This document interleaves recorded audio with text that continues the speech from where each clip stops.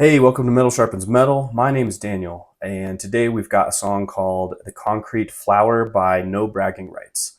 It's a hardcore song, technically not metal, but I don't really care what you want to call it. It's a banger. It's good. We like it. So you like it. You're going to like it. Okay, I don't need to convince you. Let's listen to the song.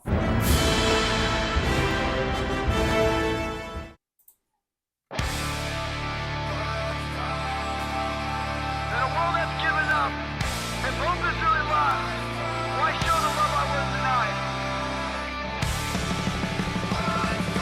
If hate rules everything, if nothing's worth saving, then what's the point? Remember, he's just too catchy. I can't resist.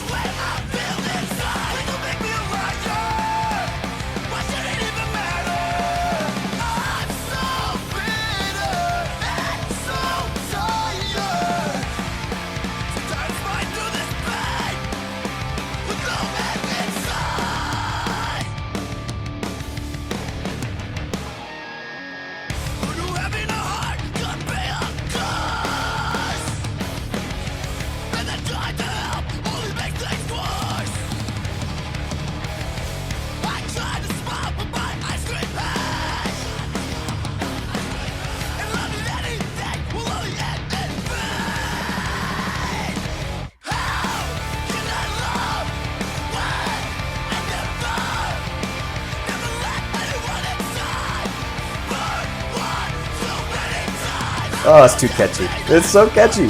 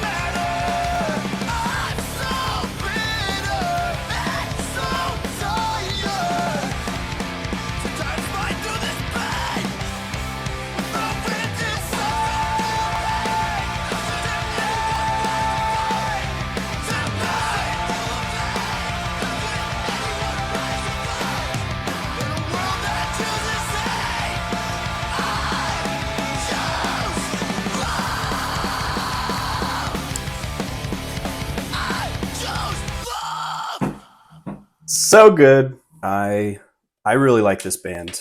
I don't even remember how I found out about them. It must have been years ago. I believe it was their song Repeater, which is a really good one. Maybe we'll do here someday, but they just write some really catchy melodic hardcore, melodic metalcore, whatever you want to call it. So the lead singer Mike Perez uses a lot of themes in his lyrics around love, hate, struggle, motivation, pushing through, fighting for what he says is right.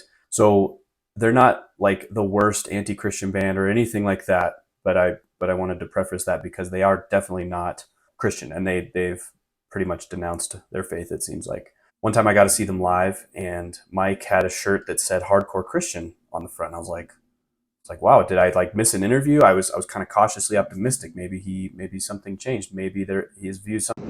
Then he turned around, and the back of the shirt said "Bale fan," hardcore Christian Bale fan. Whatever. They are not a Christian band. They are not writing from that worldview. All right. And it turns out they are actually borrowing from the Christian worldview to pull these, kind of epic feelings of motivation and encouragement and fighting for what's right and all those things. They all do come from a Christian worldview.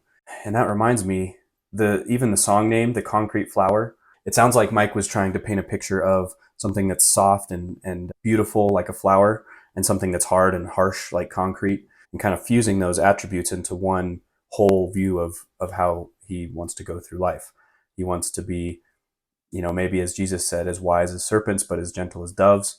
And as Michael Scott says, the hand strikes and gives a flower. A concrete flower is actually a really cool visualization for a Christian. So this singer, Mike, he has, I think, an amazingly powerful voice. It's a gift from God. He can scream with huge intensity. He can sing with the same intensity, and he can sing pretty high key, pretty high register.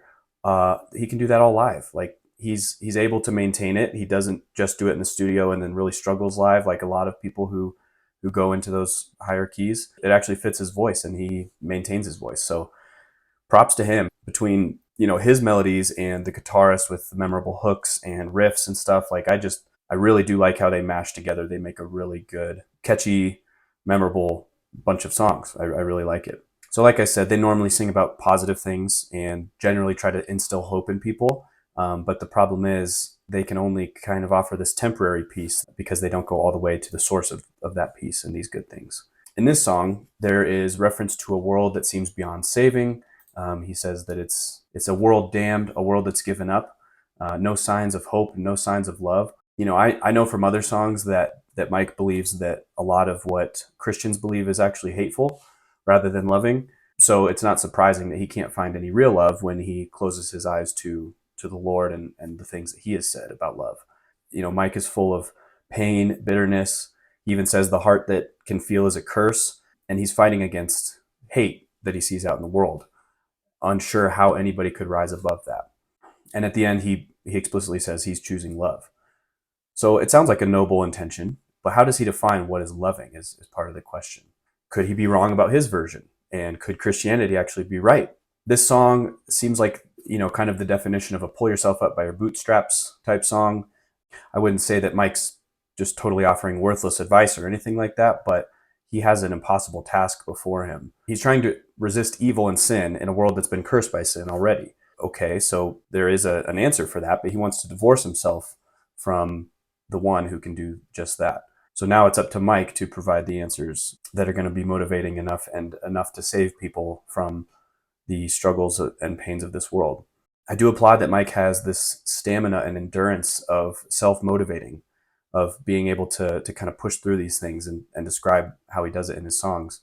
The irony is that he needs to submit to the Lord, get off that treadmill of works, and actually find true rest. He doesn't need to push harder and harder. He actually needs to step back from his own efforts and say, I can't do it. It's up to the Lord. That is the core of the Christian message. Now, the Christian doesn't just sit and rest and sleep in bed all day after they're saved. They go out into the world and they do things. But they do it knowing that the fruits of their labors will be made worthwhile by a faith in the one who can do all things. This song kind of reminds me of some of the Psalms in the way that it laments over the state of things. I'm okay. No, I'm not. I think it's well written, but inconsistent. Love, hope, hate, and bitterness just don't have any meaning if we are super evolved mud pies that kind of fizzle out into nothingness whenever we die. If that's all that life is, why would we bother ourselves with this stuff? We might as well live it up and then one day we'll be snuffed out forever. But thankfully with God, there is a standard and there is meaning to life. But he calls us to meet that standard through Christ. We also can't have his perfection the way that Mike seems to really want it in this world without Christ. So you can't have your salvation and eat it too. Sure. So yeah, these songs get me really amped up for workouts, motivated to smash some weights, maybe bench press a car or two. You know how it is.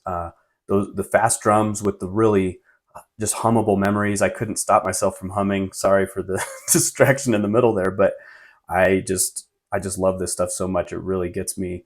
It just puts some adrenaline in my veins, I would rate this song a 4 out of 5. It's a solid track. As a Christian, we can actually take a lot of these hopeful songs and motivational songs and use them as encouragement and exhortation, knowing the reason why we can have hope and who gives us a definition of love that we can stand on. All right, thanks for coming along on this one, and we will see you on the next Metal Sharpens Metal. See ya.